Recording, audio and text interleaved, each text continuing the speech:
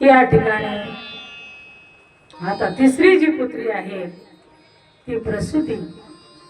प्रसूती नावाची जी कन्या होती स्वयंभू मनूची, ती कुणाला दिली? कुणाला दिली? आता माहित मला येत असत आम्ही कशाला सांगितलं असत. दक्ष महाराजांना दिली. प्रसूती नावाची स्वयंभू मनूची कन्या दक्ष महाराजांना दिली. दक्ष महाराजाबरोबर तिचं लग्न झालं आणि विवाह झाल्याच्या नंतर त्यांना 60 पुरी झाल्या. किती? 60. 60 पुरीपैकी सती नावाची एक कन्या होती. तिचे अस्त्र अवतरण यांच्या पोटी झालं. सती मैया की जय. आदि माता शक्ती जगदंबा मैया की. सतीचा त्या ठिकाणी जन्म झाला. महाराज दक्षांना फार आनंद झाला. त्यांनी गोड अशा पद्धतीने त्या ठिकाणी स्वागत आगत नाव वगैरे त्या ठिकाणी गोड असं ठेवलं. सर्व त्या ठिकाणी गावाला अन्नदान, भूमिदान, वस्त्रदान, गोदान, सोनदान, नानादान सगळं काही दान धर्म केलं. साक्षात आदि माई शक्ती त्यांच्या घरी प्रगट झाली होती. का प्रगट झाली, कशी झाली? आदि माई शक्ती प्रगट होण्यासाठी सुद्धा व्रत करावं लागतं. नवरात्रीचं व्रत करावं लागतं. गोंधळ घालावा लागतो. त्या ठिकाणी महाराज दक्षाने गोंधळ घातलेला होता. दक्ष महाराजांनी तपश्चर्या केलेली होती. आदि माई शक्तीची तपश्चर्या केलेली होती. आदि माई शक्ती प्रसन्न झाली आणि सांगितलं वरमगृहात जो चेयो मागले. सांगितलं आदि माई शक्ती माता जगदंबा तुम्ही माझी कन्या म्हणून अवताराला या. तुम्ही माझी कन्या म्हणून. मातेने त्या ठिकाणी वरदान दिलं. सांगितलं तुझी कन्या म्हणून अवताराला येईल, पण जे माझे भक्त आहेत, जे माझे हितचिंतक आहेत, त्यांचा जर अपमान केला तर 1 मिनिट सुद्धा तुझ्याकडे मी राहणार नाही. हा दक्ष महाराज म्हटले काय हरकत नाही माता जगदंबा, हरकत नाही. मी कधी कोणाचा अपमान करू देणार नाही. अशा पद्धतीचा शब्द दिला. प्यार से कहिए राधे. बसन बसन बसन कर बसन कर खाली खाली बसन. हा बसन. प्यार से कहिए राधे श्याम. कुणी म्हणायला नको माई साहेबाच्या कथेला कुत्र सुद्धा नव्हतं. कुत्र्याने सुद्धा हाजरी लावली बिचारे. ते सुद्धा पुण्यवान आहे बघा. हा आमचे तर इंदुरकर महाराजांचं कीर्तन होतं मठामध्ये. त्या कुत्र्याला सगळी माणसं द्यायची, पण त्या कुत्र्याने जेच महाराजांचं आसन पकडलं ती उठाना तिथं. आम्ही उठवण्याचा प्रयत्न केला. महाराज म्हणजे बसू द्या जरा, ऐकू द्या त्याला कीर्तन. अख्खा 3 तास कीर्तन त्याने ऐकलं कुत्र्याने. त्याचं सुद्धा पुण्यच आहे ते येते म्हणजे. प्यार से कहिए राधे श्याम. हा म्हणून त्या ठिकाणी असणाऱ्या महाराज दक्षाने गोंधळ घातला आणि महाराज दक्षांच्या घरी ती कन्या आदि माई शक्ती माता जगदंबा सती रूपाने प्रगट झाली. प्रगट झाल्याच्या नंतर लहानपणापासून भगवान शंकराच्या भक्तीची तिला आवड होती. ओम नमः शिवाय, ओम नमः शिवाय, ओम नमः शिवाय, ओम नमः शिवाय. तुम्ही विश्वनाथ दिनरंग मी अनाथ. कृपा कराल ते थोडी पाया पडिलो वराडे. काय उणी तुम्हा पासे मी तू अल्पची संतोषी. तुका म्हणे देवा प्रेम भातुके पाठवा. त्या भगवान शंकराची अहोरात्र माता सती सेवा करत होती. कैलासीचा देवा भोळा चक्रवर्ती.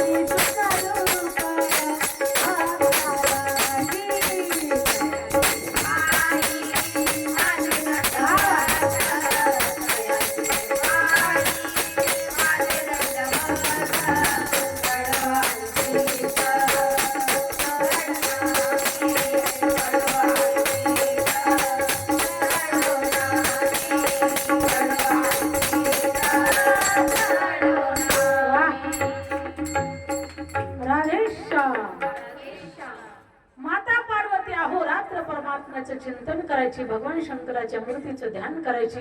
कैलासीचा देव भोळा चक्रवर्ती, पार्वतीचा पती योगीराज, तयाचे पायी माझे दंडवत, घडो आणि चित्त जोडो नामी, जटाजूट गंगार्ध चंद्र भाळी, तिजाने त्रिज्वाळी जातवे, कंठी काळकूट डमरू त्रिशूळ हाती, सर्वांगी विभूती शोभतसे, नामामणी नामी नासुनिया पाप, करी सुख रूप भक्ता लागी. अहोरात्र चिंतन. त्या ठिकाणी हळूहळू हळूहळू हळू माता सती मोठी झाली. मोठी झाल्याच्या नंतर तिच्या लग्नाचा प्रश्न दक्ष महाराजांना पडल्याच्या नंतर त्या ठिकाणी महादेवाची सेवा करत होती. तिने सांगितलं, मी महादेवाला पती रूपाने स्वीकारलेला आहे, माझं लग्न महादेवाबरोबर लावून द्या. परंतु त्या ठिकाणी दक्ष महाराज महादेवाला मानत नव्हता. तो म्हटला, अजिबात नाही, तू एक राजाची कन्या आहे, तो मसनात राहणारा, तो अंगाला भस्म लावणारा, गजे चर्म व्याघ्रंबर, कंठी शोभे वासुकी हार, भस्मवती रुंडमाळा, हाती त्रिशूळ नेत्र ज्वाळा. तो असं मसनात राहणार आहे, मसन वाट्यात राहतो, अंगाला भस्म लावतो, आणि कवड्याच्या आपल्या त्या मुंडकेच्या माळा गळ्यात घालतो. त्याच्याशी तुझं लग्न कसं लावून देऊ? अजिबात जमणार नाही. हा करता करता हे भांडण नारदाने पार ब्रह्माजीकडे नेलं. ब्रह्माजी आले. ब्रह्माजी आल्याच्या नंतर ब्रह्माजीने सांगितलं, हे बेटा दक्ष महाराज, अरे तुझी पोरगी पण माझी नात आहे, ती तिचं लग्न मी लावून देणार महादेवाबरोबर. या जन्मी नाही तर ती जन्मजन्मीची पत्नी आहे महादेवाची. प्यार से कहिए राधेश्याम. पुढे या महिला मंडळी, जागा इकडे.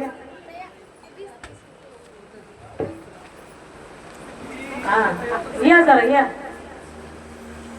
बाहेरच्या महिला या इकडे इकडे. प्यार से कहिए राधेश्याम. महादेवाचं आणि माता पार्वतीचं लग्न लावून दिलं. त्या ठिकाणी अक्षदा वाटा.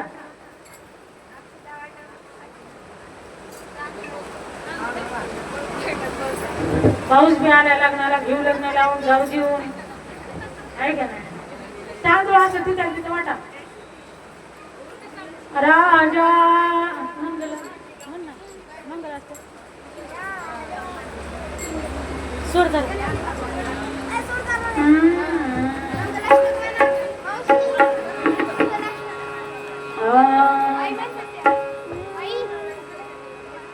तू म्हणता म्हणा म्हणा म्हणा म्हणा म्हणा. वा वा, अरे वा, म्हणा म्हणा, दोन म्हणा, दोन म्हणा.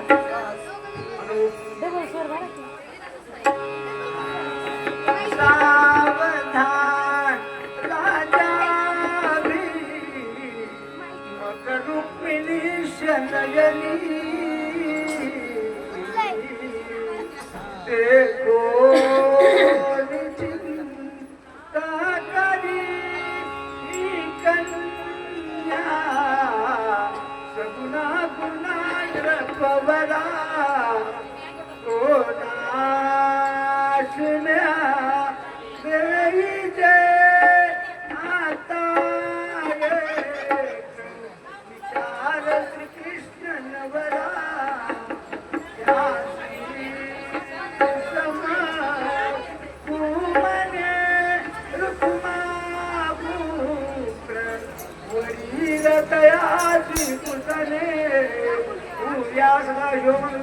शुभ मंगला सावधान.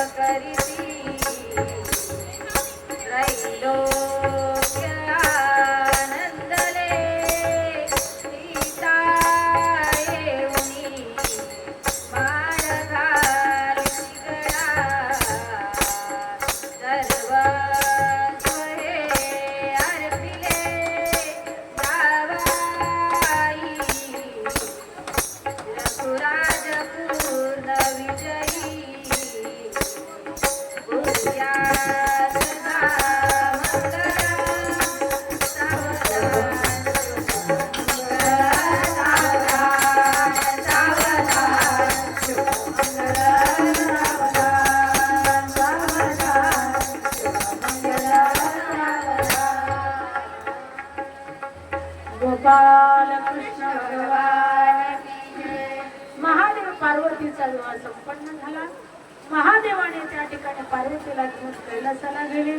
त्यांच्या प्रपंचाला सुरुवात झाली. प्यार से कहिए राधे राम. अशा पद्धतीने त्या ठिकाणी दक्ष महाराज हा ब्रह्माजीचा पुत्र आहे. सर्व कामामध्ये तो दक्ष होता म्हणून त्याचं नाव दक्ष महाराज ठेवलं गेलं. दक्ष महाराज की जय. आणि दक्ष महाराज परिपूर्ण कामामध्ये परिपूर्ण असल्यामुळे त्याला दक्ष प्रजापतीचं पद दिलं. दक्ष प्रजापतीचं पद दिल्याच्या नंतर त्याला अहंकार आला. अहंकार आल्याच्या नंतर त्या ठिकाणी दक्ष प्रजापतीचं पद दिलं म्हणून सगळी लोक त्यांना मात्र त्यांचा सन्मान सत्कार करण्यासाठी येऊ लागले. सगळे ऋषी मुनी राजे महाराजे सगळे त्या ठिकाणी येऊ लागले. लक्षपूर्वक कथा आहे का? इकडे लक्ष द्या. प्यारशी कहिए राधे. देव देवता ऋषी मुनी सगळे त्या ठिकाणी आले आणि आल्याच्या नंतर दक्ष महाराजांचा मान सन्मान सगळ्यांनी केला. कुणी शाल श्रीफळ त्यांना दिलं, कुणी फुलाचे गुच्छ दिले, कुणी गुलाबाचे फुलं दिले वगैरे वगैरे सगळ्यांनी त्यांचा सन्मान केला. पण त्या ठिकाणी 3 लोकांनी त्यांचा सन्मान केला नाही. 3 लोक म्हणजे कोण? पहिलं म्हणजे विष्णू, दुसरं म्हणजे ब्रह्माजी, तिसरं म्हणजे भगवान विष्णू. भगवान शंकर तर भगवान प्रभू रामचंद्राचं चिंतन करत होते.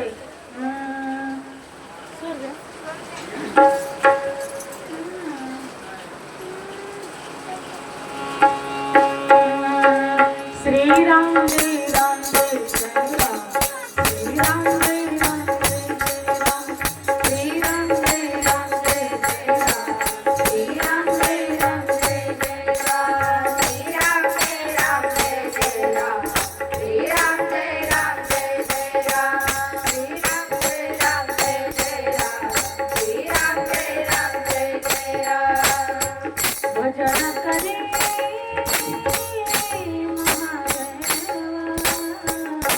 भजन करे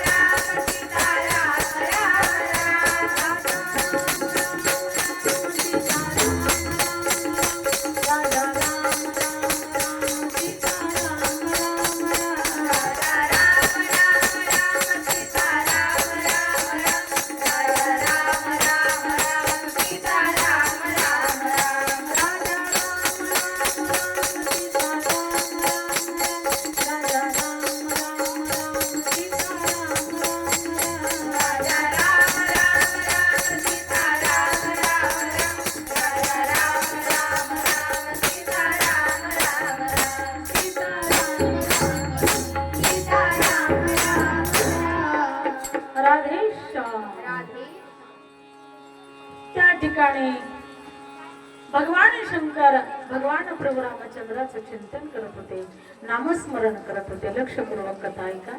गोड असं चिंतन आहे, खूप आनंद आहे कथेमध्ये. हो, त्या कथेमध्ये आपण डुबकी मारली पाहिजे, त्याच्यामध्ये मन आपलं डुबून गेलं पाहिजे महाराज. तेव्हा आपल्याला कथा कळते, तेव्हा आपण रंगून जातो त्याच्यामध्ये. प्यार से कहिए राधे श्याम. चला, भगवान शंकर प्रभू रामचंद्राचं चिंतन करत होते. सगळ्यांनी मान सन्मान केला. भगवान शंकर चिंतन करत होते, त्यांना माहिती सुद्धा नाही कधी दक्षाचा सत्कार झाला, कधी कुणी सन्मान केला, काही सुद्धा माहिती नाही. बघा, झालं माहिती झालं. 400 के राधे असू द्या, पाऊस आहे आता काय करावं. हा, त्या ठिकाणी भगवान विष्णूने सुद्धा त्यांचा सन्मान केला नाही. भगवान विष्णू म्हणले हे माझंच नातू आहे ना, ते सन्मान करायचं. भगवान ब्रह्माजी उठले नाही त्यांचा सन्मान करायसाठी. ब्रह्माजी म्हटले माझा पोरगा आहे. अरे पोरगा कलेक्टर जरी झाला तरी बापाला मनातून आनंद असतो, पण बाप त्याला शाल श्रीफळ घेऊन नाही जाऊ शकत. अशा पद्धतीने त्यांना आनंद झाला. पण त्या ठिकाणी सगळ्यांनी सन्मान केला नाही विसरलं दक्ष, पण ज्याने सन्मान केला नाही त्याच्याकडे लक्ष द्यायचं. असंच आहे जगामध्ये. तुम्ही चांगलं किती करता याच्याकडे लोकच लक्ष नाही, पण तुम्ही चुकता कुठं. हा, ती लक्ष. हरिपाठाचा एखादा तुमचं चरण चुकत, चुकली माय चुकली माय चुकली माय चुकली. हा, मग जिथं चुकन तिथं माणसं धरतात, पण बरोबर आले त्याला शाबासकी कोणी देत नाही. प्यार से कहिए राधे श्याम. त्या ठिकाणी दक्ष महाराजांचं लक्ष गेलं त्या तिघाकडे. तिघ जण एकाला निदोषित म्हटले. हा, सगळ्यांनी सन्मान केलेला ते विसरून गेलं. एवढं तापलं. हा, तेवढ्यामध्ये त्यांचं लक्ष गेलं आणि ते म्हटलं अरे प्रेतवासी शिवरीशू. चांगल्या माणसामध्ये असले विपरीत माणसं आली की सभा बिघडतीच. म्हणले हे मसनात राहणार आणि गीत माणसात आले ह्याने सगळी सभा बिघडून टाकली. म्हणले हा सगळे लोक दक्षाकडे बघू लागले, म्हणजे कुणाकडे इशारा करतोय, कुणाकडे इशारा करतोय, दिसत नाही का म्हणले तुम्हाला ते भगवान शंकर. हा गळ्यात माणसाच्या माळा घातल्यात म्हणले, मूर्ती सर्व गुणपती नरनारायण वृषी. हा त्याने सगळी सभा बिघडवली म्हटले. तरी भगवान शंकराला माहितीच नाही, ते डोळे झाकून आपल्या देवाचं नामस्मरण करतात.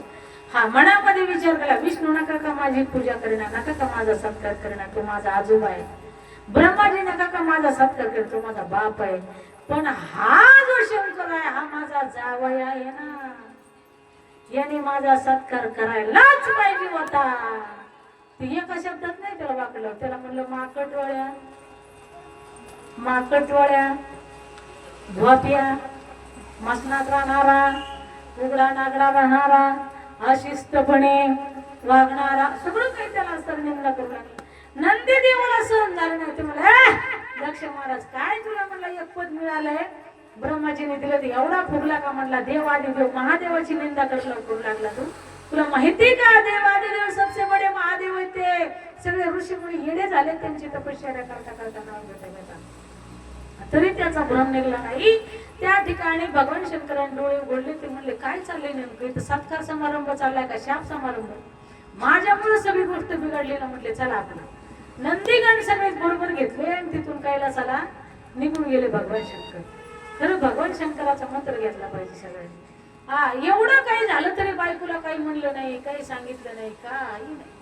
हा त्या ठिकाणी आहा करता करता बरेचसे वर्ष निघून गेले. पण दक्षाच्या डोक्यात पुन्हा रागच होता त्याच्याबद्दल, महादेवाबद्दल. तो म्हटला मी दुसरा यज्ञ ठेवणार, सगळ्या जगाला आमंत्रण देणार, पण शंकराला आमंत्रण देणार नाही. दुसरा यज्ञ ठेवला, सगळे देवदेवतांना सांगितलं, ऋषी मुनी तपस्वी राजे महाराजे पृथ्वी तिन्ही लोकांना सांगितलं, पण भगवान शंकराला निरोप दिला नाही. पार्वती सतीला सुद्धा निरोप दिला नाही, सतीचा सुद्धा त्याग केला. मग त्या ठिकाणी ज्या दिवशी यज्ञ होता हरिद्वारला कनक भवन, आम्ही गेलो होतो इथे कनक भवन, त्या कनक भवनामध्ये यज्ञाचा प्रारंभ केला. सगळे देव ऋषी गुणी गंधर्व नारद मुळशी सगळे चाललेले होते. कैलास पर्वतावरून त्यांची विमान चाललेले होते आणि विमान जात असताना एक गंधर्व पत्नी त्यांचं विमान जरा खालून चाललं होतं. पार्वती त्यांना दिसली बाहेर. दिसल्यानंतर ती म्हणली ए सती तू अजून इथंच आहे का. ती म्हटली कुठं असायला पाहिजे, मी जिथं असायला पाहिजे तिथं आहे म्हणली, माझ्या नवऱ्याच्या घरी. अगं म्हणली तुझ्या बापाच्या घरी केवढा यज्ञ आहे, तिथे असायला पाहिजे तू, तुझ्या बापाची लाडकी ना. ती म्हटली यज्ञ आणि मला सोडून आणि माझा बाप कधीच शक्य नाही, मी बापाची लाडकी म्हणली. हा ती म्हणली आम्ही यज्ञाला चाललो, तुम्हाला निमंत्रण दिलं नाही का. ती म्हणली आता काहीच बोलली नाही, धावत पळतच गेली भगवान शंकराकडे. कर्पूर गौरं करुणावतारं संसार सारं सदा वसंतं दयालुते भवं भवानी श्रीसंगमं भवं भवानी श्रीसंगमं भवं भवानी श्रीसंगमामि. हात जोडले भगवान शंकराला आणि सांगितलं डोळे उघडा डोळे उघडा डोळे उघडा डोळे उघडा. भगवान शंकर म्हणले काय तू पण आलं का, काय चक्रीवादळ आलं का, काय झालं नेमकं, काय झालं डोळे उघडायला. अहो म्हटली माझ्या बापाच्या तुमच्या सासऱ्याच्या घरी येत नाही, माझ्या बापाच्या घरी नाही म्हणली. ती सती बिली हुशार होती बरं का सती पार्वती. हा ती म्हटली तुमच्या सासऱ्याच्या घरी येत नाही. ते म्हटलं मग काय करू, आपल्याला सांगितलं नाही, मग काय करायचं, मला जायचंय. तुला निरोप आलता का नाही, पत्र आलतं का नाही, मुळे आलता का नाही, मग कशाला जाती, पण जायचंय. म्हटले नाही बिना बोलवता जर गेलं तर विपरीत घडण काहीतरी, तू जाऊ नको. ती म्हटली तुम्ही तरी जा. ते म्हटलं मी नाही जात. ती म्हणली तुम्ही नाही जायचं मी नाही जायचं, मग शेजारी मोठं घालून मोठं करतील, राखील ओतून आग लावतील, सासऱ्या जावायचं भांडण पेटन, मला तरी जाऊ द्या. ती म्हणले तू गेलं तरी कल्याण नाही, मी गेलं तरी कल्याण नाही, कारण दक्ष महाराजांनी जाणून बुजून आपल्याला आमंत्रण दिलं नाही, त्यामुळे तू बी जाऊ नको आणि मी बी जात नाही. ती म्हणली नाही माय बापाच्या घरी जायला कशाला निमंत्रण, मी जातच असते. हा ती म्हणला भगवान शंकर म्हणले जाऊच नको. ती म्हटली नाही मला तर जावं लागणार, तुम्हाला नाही यायचं ना काय. असं म्हटल्यानंतर मग त्या ठिकाणी भगवान शंकर त्या ठिकाणी म्हटले ठीक आहे भगवंता, प्रभू रामचंद्रा, जशी तुमची इच्छा, तर जशी तुमची इच्छा असेल तसं होईल. मग त्या ठिकाणी पार्वती हट्टानं निघाली, भगवान शंकराची आज्ञा घेतली.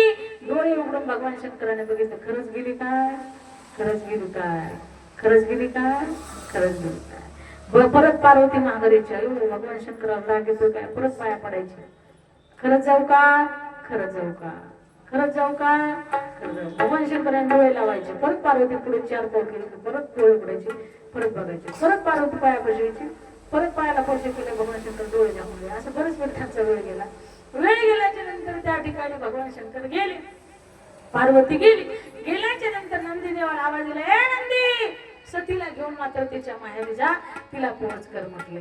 मग त्या ठिकाणी नंदीदेव बोलवले, शिवगण बोलवले आणि सगळ्यांनी हात जोडले, माते आम्हाला घेऊन जाणार नाही का, म्हटले सगळेच चला बाबा, सगळेच चला.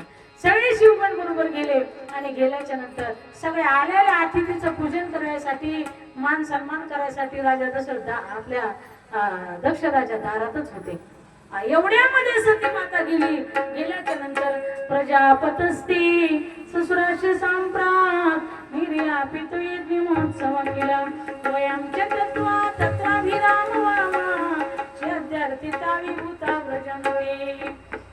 त्या ठिकाणी गेले आणि गेल्याच्या नंतर सती देवीचा मात्र त्या ठिकाणी राजा दक्षाने काय केला, अपमान केला.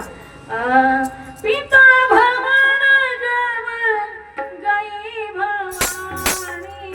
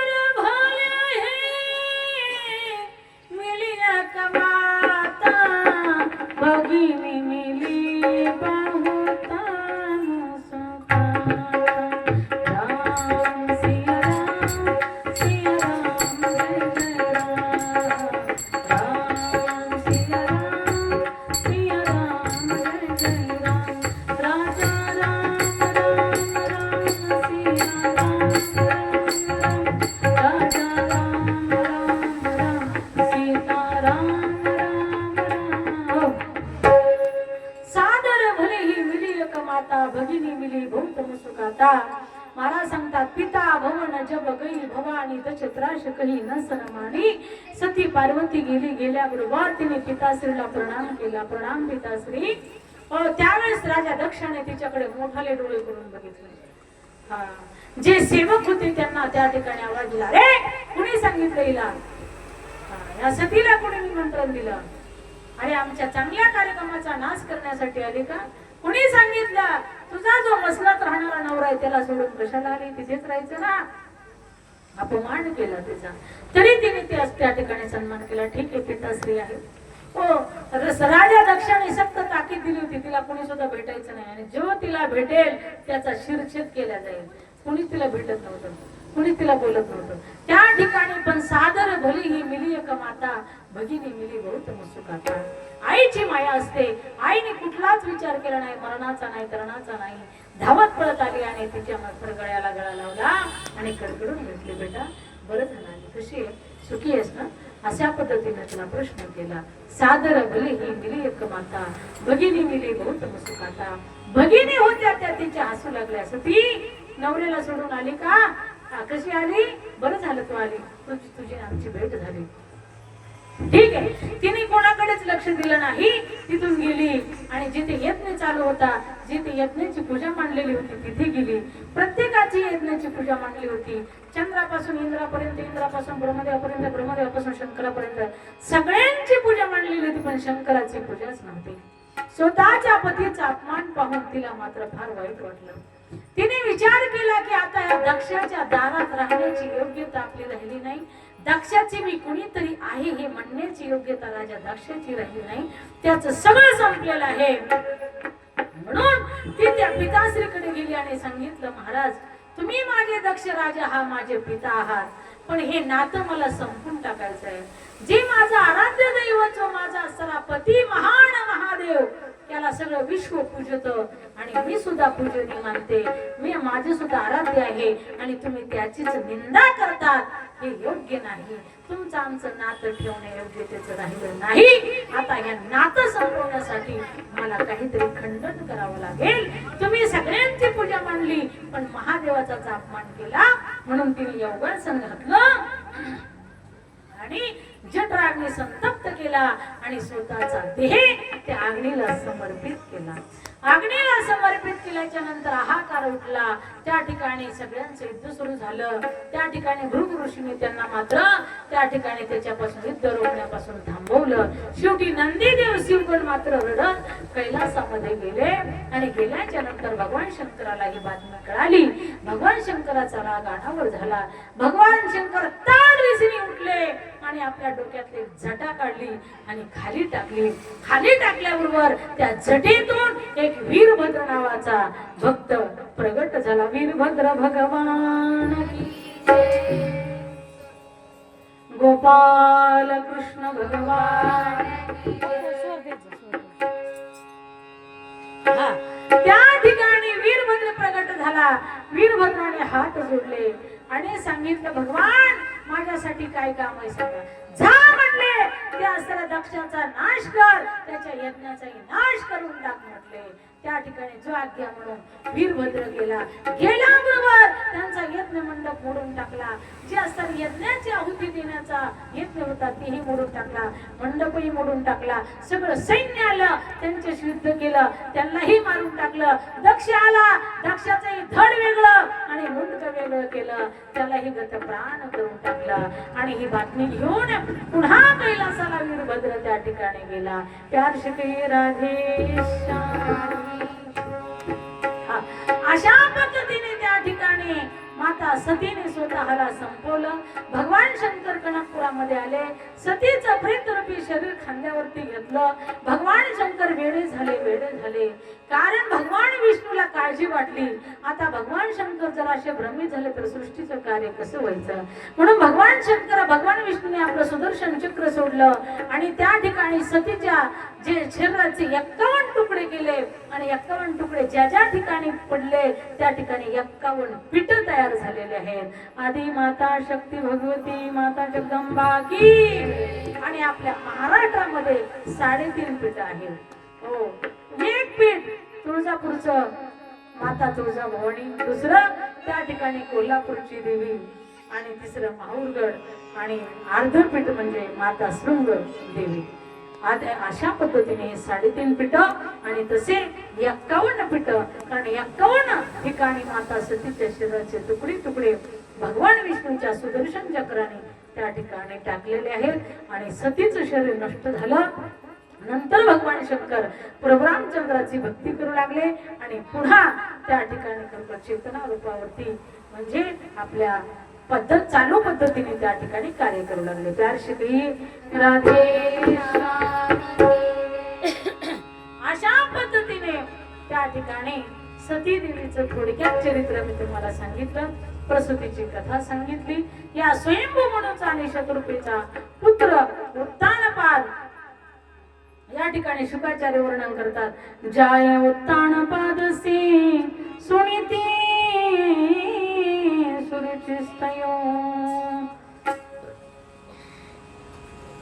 उत्तानपाद नावाचा राजा आणि त्याला असणारे करतो 2 बायका होत्या. सगळ्यांना दुसरीला आम्हाला गोष्ट होती शाळेमध्ये, आहे का नाही. हे सगळ्यांच्या पाठच आहे का नाही, सांगायला पाहिजे कथेमध्ये आहे म्हणून, आहे का नाही. मग त्या ठिकाणी त्याला 2 बायकांपैकी आहे का नाही. हा, एका पुरुषा दोघी नारी पाप वसे त्याचे घरी. उठल्यापासून शिव्या झोपेपर्यंत, आहे का नाही. भांडणाला कमीच नाही. म्हणून त्या ठिकाणी उत्तानपाद नावाचा राजा. लक्ष येणं सगळ्यांच्या लक्षात बसते ना कथा. लय मोठी कथा आहे, आपल्या 7 वर्ष जाईल. किती सांगायचं सांगा. आता माय म्हणावा पाण्याचा टाइम झालाय, घरी जायचंय, स्वयंपाक करायचा आहे. तुम्हाला काय उठायची तेवढा धंदा आहे का नाही. प्यारशी काही राधे. खूप गोड कथा आहे, लक्षपूर्वक आहे का. हा, त्या ठिकाणी उत्तानपाद नावाचा राजा, त्याला 2 बायका. एका बायकोचं नाव सुनीती आणि दुसरीचं नाव सुरुची. नीती म्हणजे काय, नीतीने वागणं हे कोणाला आवडत नाही. म्हणून राजाला सुद्धा नीती आवडत नव्हती. रुची आवडायची. रुची म्हणजे जी जिभीला आवडत ते. वडापाव बसलं खाऊ वाटलं, पाणीपुरी दिसली की खाऊ वाटते, आमकं खाऊ वाटते, तमकं खाऊ वाटतंय, ही लेव वाटतंय, ही नेसं वाटतंय, गुलाबाचं फुलग्या वाटतंय. रुची जी मनाला रुचत तसं वागणं राजाला आवडत होतं. सुनीतीचा त्याग केला. आज महाराष्ट्र, आज कलियुगामध्ये काय चाललंय, नीतीचा त्याग आहे. आपल्याला जी रुचन ते आपण आवडतं, पण नीती कोणाच्या डोक्यात नाही.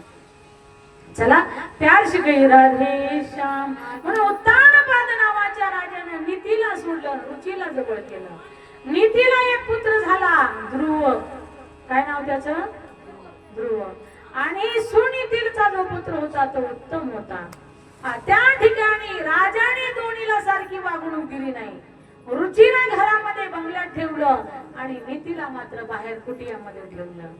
राजा एक दिवस मृगा करण्यासाठी गेला अरण्यामध्ये. एक दिवस मुक्कामी त्या सुनीतीकडे राहिला, म्हणून तिला ध्रुव नावाचा संतान झालं आणि या रुचीला मात्र उत्तम नावाचं संतान झालं. हळूहळू लेकरं मोठी झाली. मोठी झाल्याच्या नंतर स्कूल मध्ये घातले गेले. शाळेमध्ये ते जाऊ लागले. शाळेमध्ये जात असताना खेळाखेळीमध्ये एकामेकाला चिडू लागले. चिडू लागल्याच्या नंतर एकामेकाच्या बापाचं नाव विचारू लागले. आता काय काय लय सैराट लेकर, सैराट पिक्चर पाहून सैराट झाले, हाय का नाही. हा, काही काही लेकर बघा, आता तुम्ही फक्त नकळत ऐका.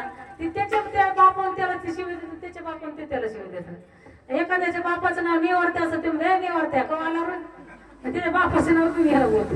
म्हणजे एवढे चित्र लेकर असतात. हा, तसं त्या लेकरांचा खेळ चालू होता. एकामेकाच्या बापाचं नाव विचारू लागले. पण त्या ठिकाणी ध्रुव बाळाला बापाचं नाव सांगताय.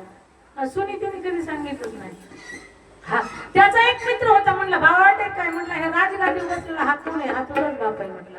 त्याला एवढा आनंद झाला, ते अज्ञान लेकरू होतं, ते धावत पळतच गेलं आणि बापाच्या मांडीवर जाऊन बसलं. बघा बापाच्या मांडीवर जाऊन बसल्याच्या नंतर सुरुचीने जरा खपून घ्यायचं ना, ती पाणी घेऊन नवऱ्याला आली, पहा तिथं सवतीचं पोरग मांडीवर बसलं, गेली आणि संधी चिंतेच्या कानाखाली गेली आणि सरकीने त्याला खाली ओढलं, लाथावीत उडवलं. तिथं बिचारा तो स्वतः उत्तानपात राजा असताना सुद्धा त्याला काही सुद्धा करता आलं नाही. एवढा बायकोच्या आधी गेलेला होता तो. बस म्हटला उठला, बस म्हणला की बसला, उठ म्हणला की उठला, डबल दिली की उठला. हा लय अवघड आहे. हा इथं वर्णन आलेलं आहे, नग्रहितो मया येत्वा कुक्षवापी ग्रपात्मज दुर्लभेथे मनोरथा स्वर्शवाला कृपया कपाले. त्या ठिकाणी त्याला खाली वाढलं आणि सांगितलं, मूर्ख, अरे बापाच्या मांडीवर बसण्याचं स्वप्न पहा नुसतं, की दुर्लभ आहे, तुझं मनोरथ कधी पूर्ण होणार नाही. जा अरण्यामध्ये जा, देवाची सेवा कर, देवाची प्राप्ती करून घे आणि देव प्रसन्न झाल्यानंतर देवाला माग की मला सुरुचीच्या पोटाला जन्माला घाला आणि नंतर तू माझ्या पोटाला येशील आणि नंतर राजाची मांडी तुला बसायला भेटेल. असं म्हटल्यानंतर तू रडत रडत लेकरू कुठं गेलं, त्याच्या आईकडे गेलं. सांगितलं ग तुला सुद्धा उलट पालत ती माय बोलली आणि मला सुद्धा म्हणली अरण्यामध्ये जा, देवाची साधना कर, देवाची तपश्चर्या कर, देव भेटल्यानंतर म्हण की सुरुचीच्या पोटाला जन्माला घाल आणि मग तुला राजाची मांडी बसायला भेटेल. म्हणजे देवापेक्षा श्रेष्ठ हिची असताना खरोखर ही श्रेष्ठ आहे का, असं तिचं म्हणणं झालं. त्या ठिकाणी सुनीतीने एक नाही दोन नाही, ती म्हणली बेटा ठीक आहे, मी तुझ्या बापाची ओळख करून देऊ शकले नाही, तिने जगाच्या बापाचं तुला नाव सांगितलं ना, जा तू तपश्चर्या कर. अशी माय पाहिजे.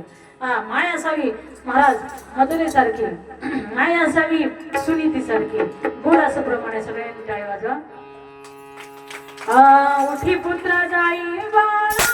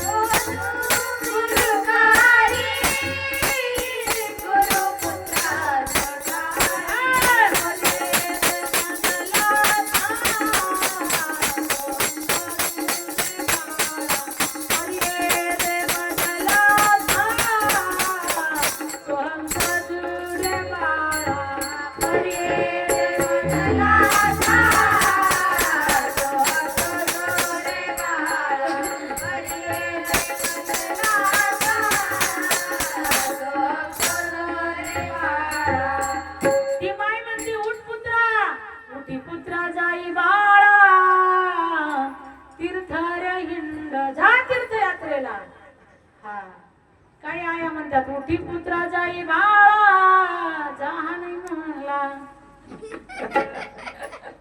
अशी माहिती होती ती बर का. ती म्हणते साधू आणि संत जेथे असती बाऊ दंड. ती म्हणते जिथं हिरो असतील तिथं जा तू लवकर. कलियुगातली माय म्हणते आहे का. तिला हिरो बनवायचा असतो ना पोरगा, त्यामुळे ती म्हणते मॉडेल जमाना आहे, मॉडेल व्हायला पाहिजे माणसाने आहे का नाही. पण ती मधला असं म्हणते तसं करू नको. जिथं साधू आणि संत आहे तिथे जा, त्यांचा उपदेश घे. जी वितंडवाद घालणार आहे त्यांच्याजवळ जाऊ नको. जे चांगले आहेत, जे सात्विक आहेत, जे चांगले विचारायचे आहेत त्यांच्याकडे जा. जी पाखंडी आहे, जी लोकांची निंदा करणार आहे त्यांच्या सावलीला सुद्धा बसू नको.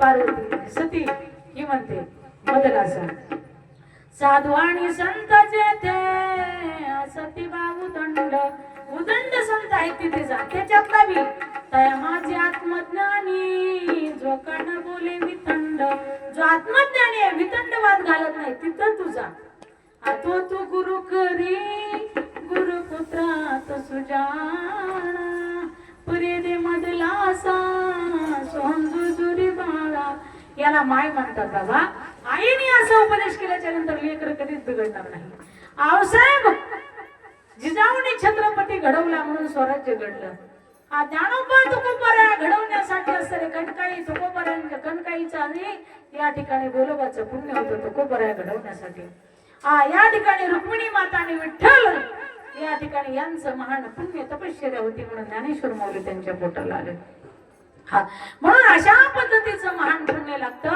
म्हणून याच्यासाठी महाराज सांगतात चला सुनीतीने कधीच असताना त्याला सांगितलं नाही की ती तुझी आई ती तुला अशी म्हणली तू तिला तसं का नाही म्हणला तू तिला शिवी का नाही दिली तू ती असं उलट का नाही बोलला असं तिने अजिबात शिकलं नाही ती म्हणली बेटा मी तुझ्या बापाची ओळख करून देऊ शकले नाही पण तुझ्या सावतर आईने परमपितेची ओळख करून दिली पिता हा मत्स्य जगतो माता धाता पितामहा वेद्यं पवित्रम ओंकार रुक्सामय जुरीवचा जगत पितेची ओळख करून दिली जा तपश्चर्या कर म्हटली तो अरण्यामध्ये गेला आणि अरण्यामध्ये जाऊन साधना करू लागला ओम नमो भगवते वासुदेवाय ओम नमो भगवते वासुदेवाय ओम नमो भगवते वासुदेवाय ओम नमो भगवते वासुदेवाय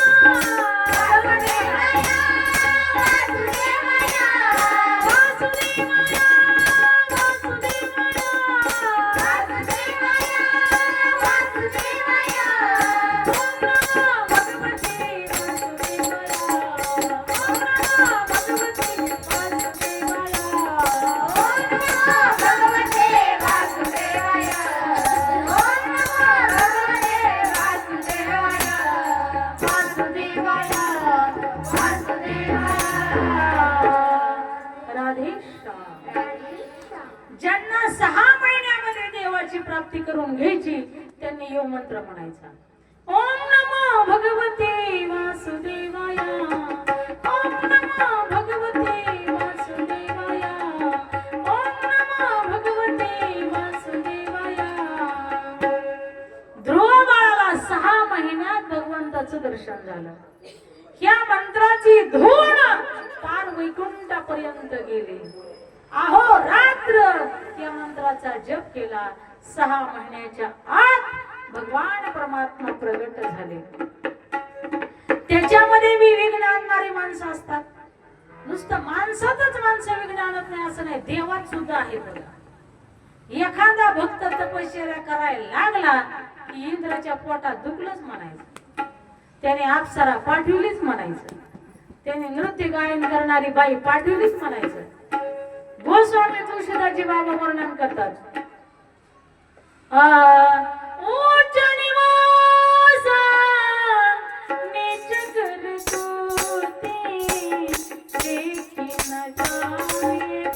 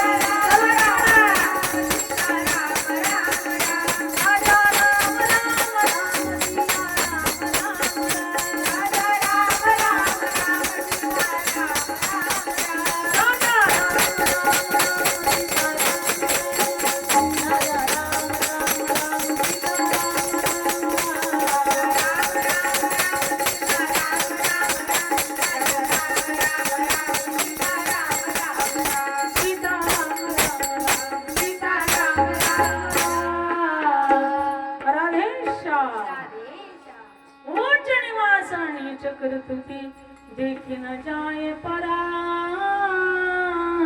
विभूती. उच्च निवास कोणाचा आहे? इंद्राचं.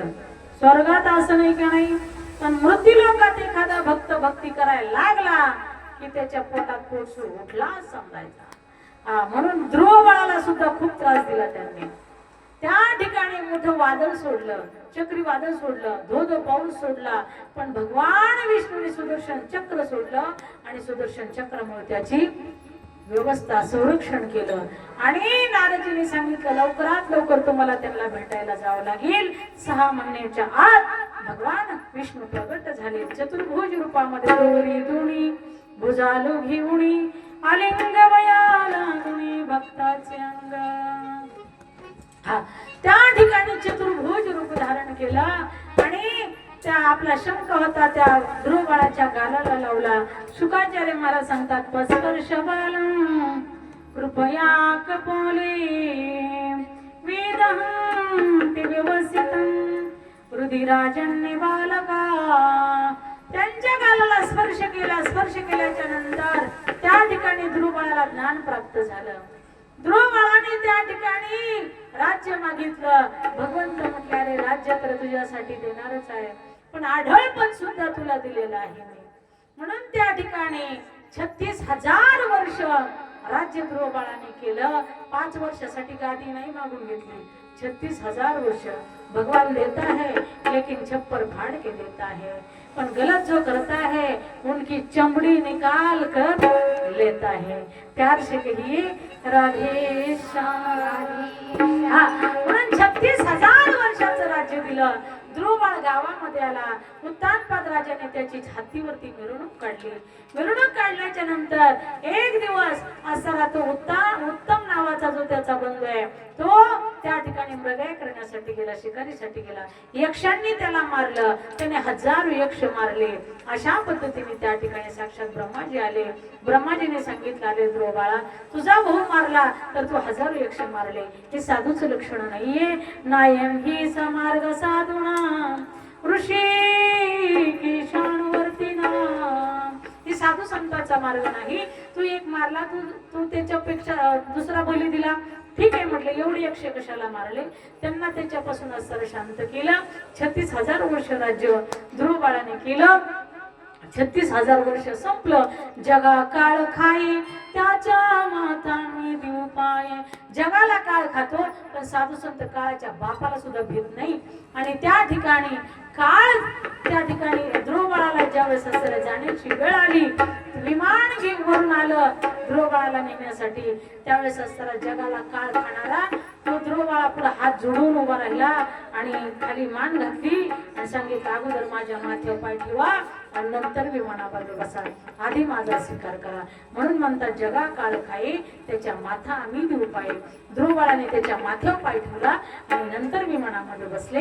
विमानामध्ये बसल्याच्या नंतर जे विष्णुदूत होते त्यांना म्हणाले अरे ज्या आईच्या पुण्याने, ज्या आईच्या मार्गदर्शनाने, ज्या आईच्या महामार्गदर्शनाने मी इथपर्यंत पोहोचलो त्याच आईला मी विसरून इथपर्यंत आलो. त्या विष्णू भक्तांनी सांगितलं, विष्णू सेवक होते ना त्यांनी सांगितलं टेन्शन घेऊ नका ध्रुव महाराज तुमच्या आईचं विमान पुढे चालू आहे म्हटले. कारण तो का म्हणे कुटी कुळेती पुनीत भावे गाता गीत विठोबाचे.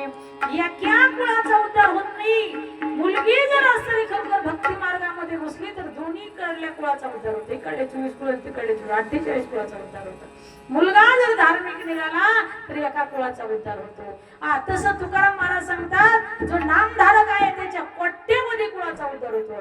तुका म्हणी कुटी कुळी ती पुनीत भावे गाता गीत विठोबाचे. तुम्ही टेन्शन घेऊ नका म्हटले तुमच्या आई पुढच्या विमानामध्ये आहे. म्हणून त्या ठिकाणी महाराज 36,000 वर्ष राज्य करून ध्रुव बाळाला आढळपण दिलं. आजही ध्रुव तारा म्हणून आकाशामध्ये ध्रुव बाळ चमकत असतात. ही भक्तीचं काय आहे, ताकद आहे, पावर आहे. म्हणून भक्ती कमी समजायची नसते. नामस्मरण छोटच असतं पण अनेक पापाचा नाश करतं. डबऱ्यातल्या काडीचं फूल छोटच असतं पण लाखो हजारो कडव्याच्या गंजीची राख करणारी ती काडी असते.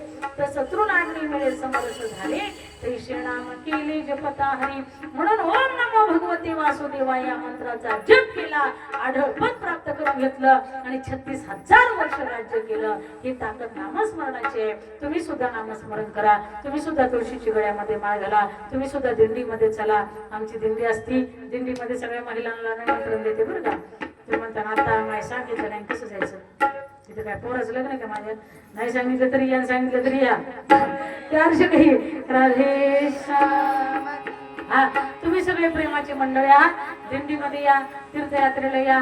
अशा पद्धतीने तुम्ही आम्ही खेळी मिळी गदा रोळी आनंदी. म्हणून या ठिकाणी परमार्थ हा आपण केला पाहिजे, खेळी मिळी केला पाहिजे. दुर्बाळाचा उद्धार झाला. त्या ठिकाणी भक्त प्रल्हादाची कथा येते. महाराज सांगतात ज्यावेळेस असताना भगवान परमात्मा त्या शुकाचार्याला प्रश्न केला राजा परीक्षितानं. म्हटले भगवान परमात्मा सगळ्या राक्षसालाच मारतात का, त्यांना राक्षस प्रिय नाहीत का. ते म्हटले राक्षस प्रिय नाही तर कसे. भक्त प्रल्हादाचा जन्म कोणत्या कुळात झाला, राक्षसाच्या कुळात झाला. भगवंताचं कसं आहे, जो माझ्याकडे येतो मला हाक मारतो त्याच्यासाठी मी जातो, जो मला आवाज देत नाही त्याच्यासाठी कशाला. ज्याला गरज आहे ते आवाज देतं आणि आवाज दिल्यानंतर त्याला जावंच लागतं. ज्या लेकराला भूक लागली त्या लेकराला ती लेकरू आईला आवाज देतं, आई त्याला टोपल्यातली भाकर देते, वेळ काढून त्याला स्तनपान करते. पण जे लेकरू रडतच नाही त्याच्याकडे आई जाईलच कशाला. तसं जे भक्त, तो दैत्य असू नाही तर देव असू नाही तर भक्त असू, जो मला आवाज देतो, जो माझी भक्ती करतो त्याच्यासाठी मी जातो. भक्त प्रल्हादासाठी मी त्या ठिकाणी अवतार धारण केला. कोणचा अवतार, प्यार से कहिए राधे श्याम. सत्यमिधातु निजवृत्ति भासितं व्याप्तिं च भूते सुखिले शुचात्मना अदृश्येत्याद्भुत रूपमद्वहं स्तंभे स्तंभायं नम्रगं नमानुषम्. सत्यमिधातु निजवृत्ति भासितं व्याप्तिं च भूतेषु खिलेषु चात्मना अदृश्येत्याद्भुत रूपमद्वहं स्तंभे स्तंभायं नम्रगं नमानुषम्. त्या खांबामध्ये भगवान परमात्मा प्रगट झाला. खांबावारीला